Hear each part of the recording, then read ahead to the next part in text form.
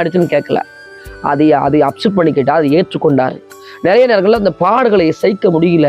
நிறைய இடத்துல பாடுகள் வரும்போது, உபத்திரங்கள் வரும்போது நம்ம சொல்ற வார்த்தை, இவங்க இப்படி பண்ணிட்டாங்க, இவங்க இப்படி பேசிட்டாங்க, இவங்களை நம்மளை கொட்டிட்டாங்க, இவங்க நம்ம ஏமாளியா இருக்கிறோம்னு சொல்லி நிறைய இடத்துல யோசிக்கிறோம். இல்லைங்க, தேவ ஜனமே, தேவ பிள்ளைகள, நீ கிறிஸ்துவுடைய அவருடைய பிள்ளையா இருக்கிறன்னா அவருடைய சிலுவை எடுத்துக்கொண்டு நடக்க வேண்டும். எனக்கு தேசம் நடக்கிற காரியம் என்ன? கிறிஸ்துவ பிள்ளைகளை அடுக்கிறது, ஒடிக்கிறது. நிறைய இடங்கள்ல ஒரு வீடியோ பார்த்து கொண்டு இருந்தா ஒரு பாஸ்டர் எல்லாம் சேர்ந்து அடிக்கிறாங்க. ஒரு ஊழியர் வாயில சாணியை போட்டு அப்படியே போட்டு துணிக்கிறாங்க. இதெல்லாம் பார்க்கும்போது நம்ம நினைக்கிறோம், அநியாயம் பண்றாங்கன்னு தோணுதுல. இல்ல, இதெல்லாம் என்னடா அது கிறிஸ்துவ வாழ்க்கை அப்படின்னு தோணுது. இல்லைங்க, உபத்திரப்படுகிறவனை ஆண்டவர் ஒரு உபத்திரத்தை அற்பமா எண்ணவே மாட்டார். இந்த பாடுபடுகிற ஒவ்வொரு மனிதனுடைய, ஒவ்வொரு ஊழியருடைய அந்த அந்த அந்த பாடுகளை கர்த்தர் சும்மா பார்க்காம விட்டுருவாரா? நம்மளே பார்க்கும்போது அங்கலாய்க்கிறோமே, உருவாக்குனவர், அழைத்தவர் விட்டுருவாரா? அவன் ஊழியக்காரன் அவமானப்படும் போது, துப்பப்படும் போது, ரோட்ல அடிக்கப்படும் போது ஆண்டவர் சும்மா விட்டுருவாரா? இல்லைங்க, அவருடைய எந்த மனிதனுடைய உபத்திரத்தை தேவன் அற்பமா நினைக்கவே மாட்டார். ஆனா அந்த பாடுகள் வரும்போது ஏன்னு கேட்கக்கூடாது. அவமானம் வரும். கிறிஸ்துவுடைய சாயல் அதுதான். இயேசு கிறிஸ்து அவமானத்தை ஏற்றுக்கொண்டாருங்க. நிறைய பேர் என்ன, அவரை ஏற்றுக்கொண்டு எனக்கு அவமானம் வரும். குரு எப்படி, சிஷ்யன் அப்படிதான். குருவே அடிக்கப்பட்டவர், துப்பப்பட்டாரு. குருவே சிலுவையில நமக்காக ஜீவனை கொடுத்தப்பட்டார். அவரவே என்னமே சொன்னாங்க, பிசாசுனாலே, பிசாசன் தலைவனால பிசாசை ஓட்டுறேன்னு சொன்னாங்க.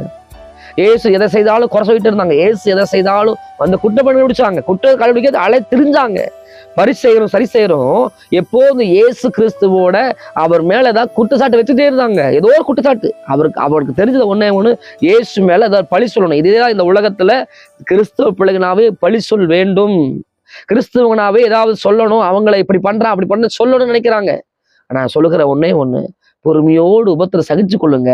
மகிமையின் ராஜா இதே வானத்தின் மேல வருவார், இதே மேகத்தில் வருவார். இதே மேகத்தின் மேல நீங்க யோசித்து பாருங்க. இதே மேகத்தின் மேல இயேசு கிறிஸ்து வரும்போது நீ படுகிற உபத்திரங்களையும், நீ படுகிற எல்லா பாடுகளுக்கும் ஒரு நாள் பலன் உண்டு.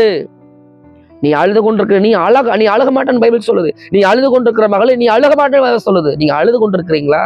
இந்த பாடலை பார்த்து சகிக்க முடியல ஆண்டவரே, இந்த உபத்திரத்துல நின்று கொண்டிருக்கிற, என்னால முடியல, நான் எங்காவது ஓடி போய் நினைச்சு கொண்டிருக்கிறீங்களா? தயவு செஞ்சு அப்படி நினைக்காதீங்க. உபத்திரப்படுடைய உபத்திரத்தை தேவன் அற்பமா நினைப்பதே இல்லை. ஏன்னா அவர் உபத்திரப்பட்டனாலே ஒரு மனிதனுடைய உபத்திரத்தை தேவன் அற்பமா நினைக்கவே மாட்டார். உபத்திரப்படுகிற உபத்திரத்தை தேவன் அற்பமா நினைக்க மாட்டார். அதனால நான் சொல்லுகிற கூடுமானவர்களுக்கு மற்றவர்களோடு சமாதானமா இருங்க. அடிக்கிறாங்களா வாங்கிக்கோங்க, துப்புறாங்களா தொடச்சுக்குங்க, அவருக்காக நில்லுங்க. இயேசுடைய சாயல் அதுதான். இயேசுடைய சாயல் அதுதான். எங்காவது ஆண்டவர் எங்காவது பழிக்கு பழி வாங்கினார்னா இல்லவே இல்லை. இயேசு எல்லா இடத்துல மன்னித்தார். அதைத்தான் சீசர்ல செய்தாங்க.